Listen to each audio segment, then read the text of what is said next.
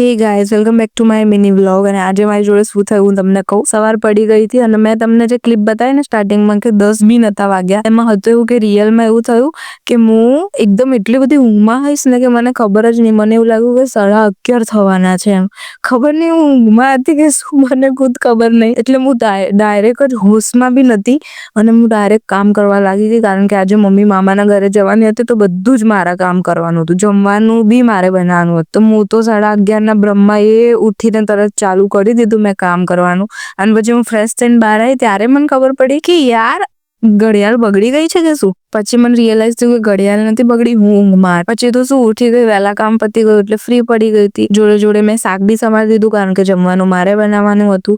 અને પછી મસ્ત કામ બામ ખતમ કરીને જમી કરીને 2 વાગી ગયા હતા. પછી મેં કીધું થોડી વાર સૂઈ જાઉં કારણ કે આજે સન્ડે છે, આજે સુવા મળશે, પછી તો કોલેજ જવાનું હોય. સાંજ પડી ગઈ અને 6 વાગતા મેં મસ્ત ઉઠી, જમવાનું બનાવ્યું. અહીંયા મારા પપ્પા મને હેરાન કરતા હતા એટલે હું હજુ તો કંટ્રોલ કરીને બેઠી હતી, પણ પછી ગયા એટલે મારાથી કંટ્રોલ થયું નહીં. એટલે એના પછી શાક સમાર્યું. શાક બનાવવાનું હતું, રોટલી બનાવવાની હતી એટલે ફટાફટ શાક સમારી દીધું, પછી વઘારી દીધું શાક. પછી રોટલી બનાવવા બેસી ગઈ કારણ કે ભૂખ બહુ લાગી હતી અને ઠંડીમાં જે ભૂખ લાગે, ઓ માય ગોડ. પછી આ મસ્ત જમવાનું જોડે જોડે નેટફ્લિક્સ જોયું અને મસ્ત હતું જમવાનું બાય ધ વે.